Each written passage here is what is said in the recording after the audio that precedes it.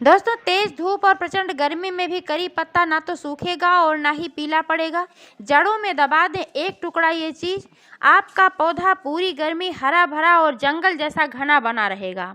तो दोस्तों, यह कौन सी चीज है और इसके क्या फायदे हैं, इसका इस्तेमाल करी पत्ता के पौधे में कब, कैसे और कितनी मात्रा में करना है, संपूर्ण जानकारी मिलेगी इस वीडियो में। तो प्लीज़ वीडियो पर अंत तक बने रहें, बिना स्किप किए पूरा देखें। और जानकारी अगर पसंद आए तो लाइक करें, शेयर करें, और चैनल को अभी तक सब्सक्राइब नहीं किया है तो प्लीज़ चैनल को भी सब्सक्राइब करके बेल आइकन को प्रेस कर दें ताकि सारे अपडेट्स आपको मिलते रहें। नमस्कार दोस्तों, स्वागत है मेरे YouTube channel gardening with Poonam में। दोस्तों, आप जो है मेरा करी पत्ता का पौधा देख पा रहे हैं, यह कितना ग्रीन, हेल्दी और बुशी है। इसमें कितनी ढेर सारी शाखाएं हैं। यह मेरा 5 वर्ष पुराना पौधा है और इसी तरीके से ये हरा भरा बना रहता है। इसको मैंने एक 15 लीटर की प्लास्टिक की बकेट में लगा करके रखा हुआ है। तो जब मैंने इस पौधे को लगाया था उस समय मैंने जो मिट्टी यूज किया था दोस्तों, उसको मैंने लिया था भुरभुरी जल निकासी वाली दोमट मिट्टी। पॉटी मिक्स मैंने खुद ही बनाया था, तो इसके लिए मैंने लिया था 50% गार्डन सॉइल, जो खेत की मिट्टी होती है, यही मैंने 50% लिया था। और इसमें मैंने 20% मिलाया था मोटी वाली रेत, जो कंस्ट्रक्शन के काम में आती है, मोटी रेत होती है, तो वही मैंने लिया था और वॉश करके मैंने इसके में मिलाया था। और मैंने इसमें 30% गोबर की सड़ी हुई खाद मिलाया था। तो ऐसे ही पॉटिंग मिक्स बना करके आप भी अपने पौधे को लगाएं। सबसे पहला पॉइंट तो ये नोट कर लीजिए कि पॉटिंग मिक्स अगर आपके पौधे की अच्छी है तो आपका पौधा ठीक तरीके से ग्रोथ करेगा और मरेगा नहीं। क्योंकि दोस्तों, जब जल निकासी वाली मिट्टी नहीं रहती है, भुरभुरी नहीं रहती है, तो मिट्टी का घनत्व जब ज़्यादा होता है तो जड़ों तक ऑक्सीजन नहीं पहुंच पाता है, और ऑक्सीजन जब जड़ों तक नहीं पहुंच पाता है तो पौधों को सांस लेने में दिक्कत होती है। ऐसी कंडीशन में आपके पौधे या तो ग्रोथ नहीं कर पाते हैं या तो फिर पूरी तरीके से डेड हो जाते हैं। करी पत्ता या मीठा नीम की अच्छी ग्रोथ के लिए दोस्तों इसके पीएच का ध्यान रखना बहुत ज़रूरी होता है। करी पत्ता को थोड़ी सी अम्लीय मिट्टी पसंद होती है, इसलिए इसकी मिट्टी की अम्लीयता को बना करके रखें, तभी आपका पौधा ठीक तरीके से ग्रोथ कर पाएगा। धूप की बात करें दोस्तों, तो करी पत्ता के पौधे को आप 5-6 घंटे की धूप में रख सकते हैं, बट अभी गर्मी बहुत तेज पड़ रही है और प्रचंड धूप भी हो रही है। तो ऐसे में आप अपने पौधे को सुबह सुबह की 2-3 घंटे की धूप में रखेंगे तो आपका पौधा ठीक तरीके से चलेगा। बहुत अधिक धूप दिखाने की आवश्यकता नहीं है, क्योंकि जब ज़्यादा धूप में आपका पौधा रहता है तो पहले तो मिट्टी की नमी उड़ती है, इसके बाद फिर पत्तियों की नमी उड़ने लगती है और पौधा मुरझाने लगता है, पीला पड़ने लगता है। इसलिए अगर आप अपने पौधे को ऐसी जगह पर रखते हैं जहाँ पर दोपहर की बहुत तेज वाली धूप आती है, तो आप ग्रीन नेट का इस्तेमाल करें, डायरेक्ट सनलाइट में ना रखें। पानी की बात करें दोस्तों, तो गर्मी का सीजन चल रहा है, मिट्टी जल्दी जल्दी ड्राई हो रही है, तो मिट्टी को चेक करते रहें कि मिट्टी में नमी है या नहीं है। अगर मिट्टी जरा से भी ऊपर से ड्राई लगे तो तुरंत वाटरिंग करें, क्योंकि ज़्यादा ड्राई हो जाएगी मिट्टी तो पौधा खराब होने लगता है। लेकिन इस डर से कि मिट्टी कहीं ज़्यादा ड्राई ना हो जाए, बहुत ज़्यादा पानी भी ना डालें और वाटरिंग से बचें, गमले में जल भराव से बचें। वैसे तो अगर आपने जल निकासी वाली मिट्टी का इस्तेमाल किया है और गमले में ठीक तरीके से ड्रेनेज होल है, ड्रेनेज हो रहा है, तो आपके पौधे में जल भराव का कोई प्रश्न ही नहीं उठता है। अगर पानी ज़्यादा हो जाता है तो वो ड्रेनेज होल से नीचे से निकल जाएगा। लेकिन समस्या एक बात ये आएगी कि जब आप ज़्यादा वाटरिंग करेंगे तो जब ड्रेनेज होल से पानी निकलेगा तो उसी के साथ जो पोषक तत्व होंगे मिट्टी में वो भी बह जाएंगे। इसलिए इस बात पर विशेष ध्यान दें पानी देते समय कि इतना ही पानी दें जितने की आवश्यकता है, ना बहुत ज़्यादा ना बहुत कम। और पानी देने का सही समय है शाम का। शाम के समय अगर आप पानी देते हैं तो फिर आपका पौधा ठीक तरीके से चलता है। अगर सुबह में पानी देना है तो धूप निकलने के पहले दें, धूप में पानी बिल्कुल ना दें। और पानी देते समय एक बात का ये भी ध्यान रखें कि बहुत ज़्यादा गर्म पानी ना दें। जैसे टंकी का जो पानी होता है तो पूरे दिन धूप में रहता है तो बहुत ज़्यादा पानी खौल जाता है, गर्म हो जाता है। ऐसा पानी अगर आप इस्तेमाल करते हैं तो आपके पौधे पर बहुत ही बुरा असर पड़ने वाला है। तो इसलिए आप कोशिश करें कि डायरेक्ट मोटर चलाकर डायरेक्ट वाला पानी अगर आप अपने पौधे को देते हैं तो पौधे ज़्यादा प्रफुल्लित रहते हैं। खाद देने का भी सही समय शाम का होता है। और जब सर्दियों का सीजन होता है उस समय में तो जब डोरमेंसी में पौधा चला जाता है तो खाद देना बिल्कुल ही बंद कर देना चाहिए। और जब फरवरी का महीना आता है तब खाद देना स्टार्ट करना चाहिए। तो मैंने फरवरी मंथ में इसकी हार्ड प्रूनिंग की थी और उसी समय मैंने इसमें गोबर की खाद दिया था और उसके बाद मैंने एक फर्टिलाइज़र और डाला था, वह था सरसों का फर्टिलाइज़र। तो सरसों का जो फर्टिलाइज़र होता है वो बहुत ही अच्छा होता है पत्तियों वाले पौधों के लिए, क्योंकि सरसों में नाइट्रोजन और मैग्नीशियम की बहुत ही अच्छी मात्रा पाई जाती है। तो जब नाइट्रोजन और मैग्नीशियम अच्छी मात्रा में पौधे में होता है तो फिर ब्रांचेज का विकास होता है और पत्तियों का विकास होता है, पौधा हरा भरा रहता है। क्योंकि जब नाइट्रोजन और मैग्नीशियम अच्छी मात्रा में होता है तो क्लोरोफिल का निर्माण होता है, इससे पौधे हरे भरे रहते हैं। लेकिन दोस्तों सिर्फ खाद देने से ही पौधा घना नहीं होता है। जैसे कि कई दर्शकों के प्रश्न होते हैं कि पौधा लंबाई में बढ़ रहा है, इसमें पत्तियां और ये ब्रांचेज ज़्यादा नहीं निकल कर आ रही हैं दोस्तों। तो जैसे मैंने अभी बताया, मैग्नीशियम और नाइट्रोजन जब होता है तो इसमें ब्रांचेज का विकास होता है, बट जब इसकी आप प्रूनिंग करते रहेंगे तब इसमें ज़्यादा बढ़िया ब्रांचेज का विकास होगा। नहीं तो लंबाई में ही पौधा बढ़ता जाएगा और थोड़ी बहुत ब्रांचेस साइड से निकलेंगी, तो जो आप इसमें पोषक तत्व डालेंगे वो लंबाई की तरफ खींचेगा। लेकिन जब आप प्रूनिंग कर देते हैं इसकी, इसीलिए मैं इसकी वर्ष में एक बार हार्ड प्रूनिंग करती हूँ, मार्च के महीने में या फरवरी के महीने में।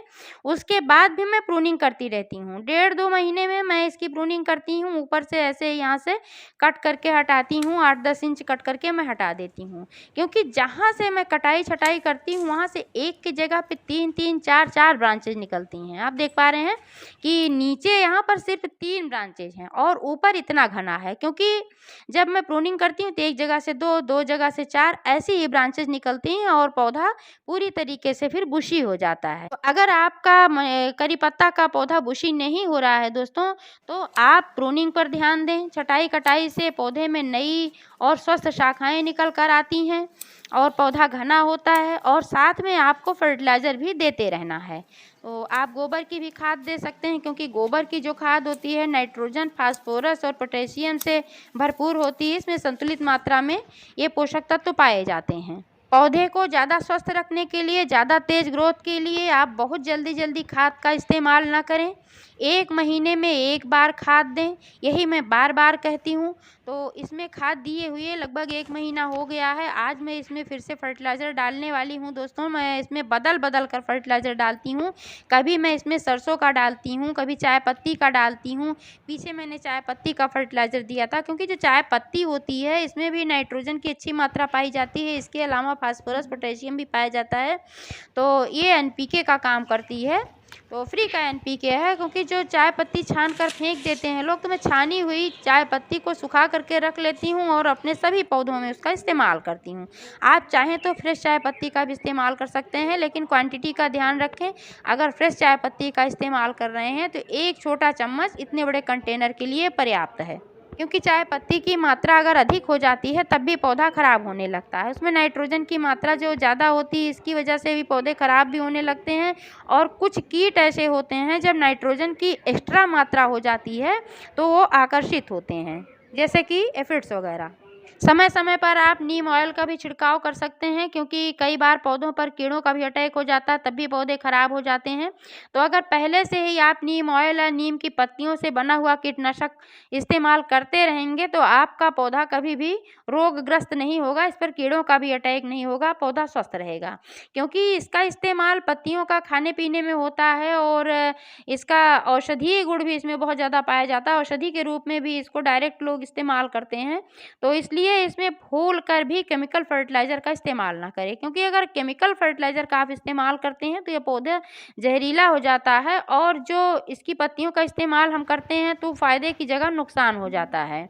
तो इसलिए इसमें प्योर ऑर्गेनिक फर्टिलाइज़र और ऐसे ही ऑर्गेनिक कीटनाशक का इस्तेमाल करें। नीम ऑयल या नीम की पत्तियाँ जो होती हैं कीड़ों के लिए तो बहुत ही अच्छी हैं, कि जैसे कीड़ों को ख़त्म करती हैं, लेकिन इंसान के लिए और पौधों के लिए बिल्कुल भी जहरीली नहीं है।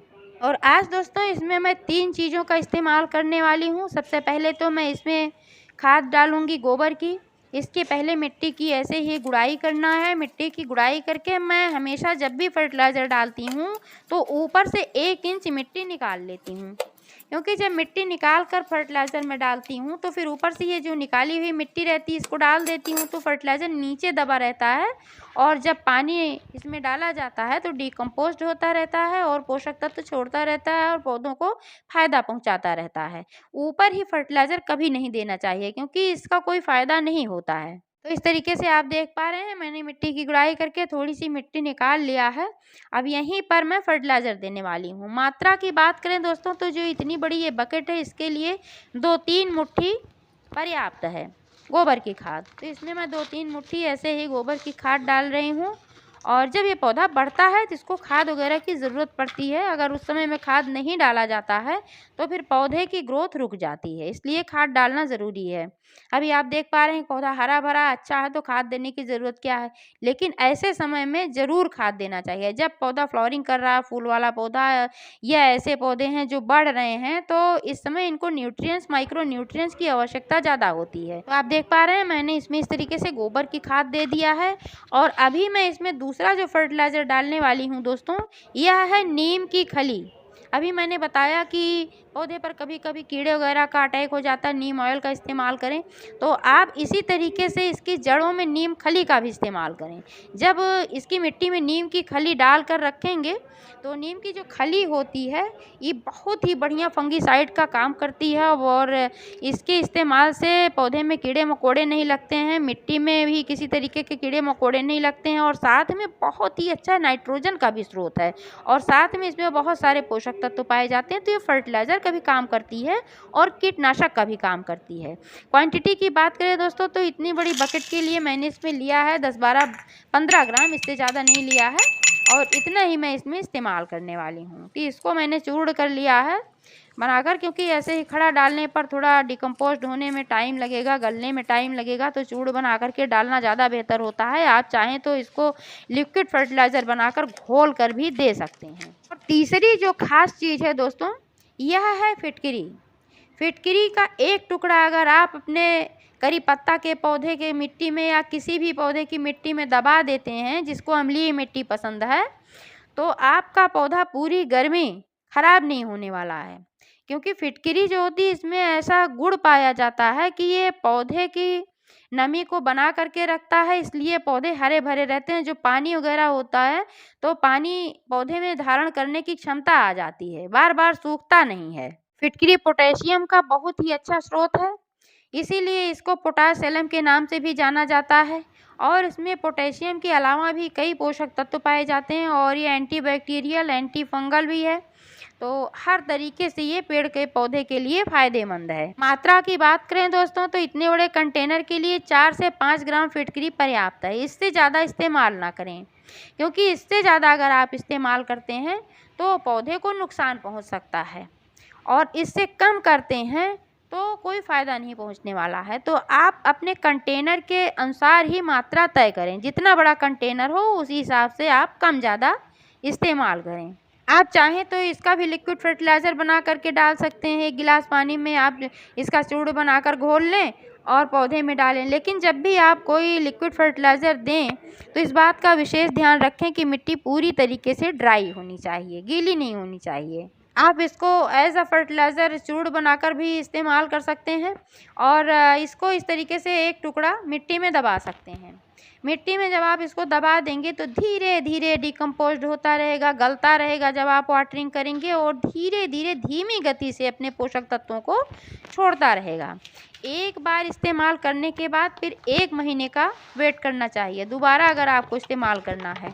बहुत जल्दी फिटकरी का इस्तेमाल ना करें कि अगर आपने सोचा कि फ़ायदे की चीज़ है तो लाओ जल्दी इस्तेमाल कर लें तो पौधा तेज़ी से बढ़ेगा, नहीं, पौधा तेज़ी से नहीं बढ़ेगा बल्कि पीला होने लगेगा, ख़राब हो जाएगा। इसलिए क्वांटिटी का, टाइमिंग का, इन सब चीज़ों का विशेष ध्यान रखें। आप चाहें तो इस पर फिटकरी का घोल स्प्रे भी कर सकते हैं, लेकिन अगर आपने जड़ों में 4-5 ग्राम डाल रखा है तब उसके लिए फिर अलग से और नहीं लेने की ज़रूरत है, क्योंकि तब एक्स्ट्रा हो जाएगा। क्योंकि पत्तियों के माध्यम से भी पौधा सभी पोषक तत्वों को अवशोषित करता है।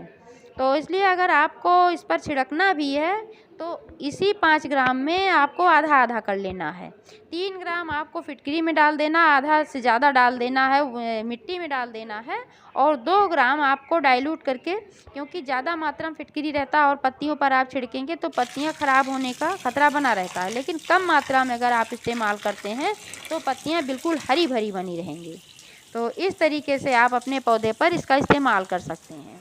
तो दोस्तों, जानकारी कैसी लगी कमेंट करके अवश्य बताइएगा। पूरा वीडियो देखने के लिए बहुत बहुत धन्यवाद।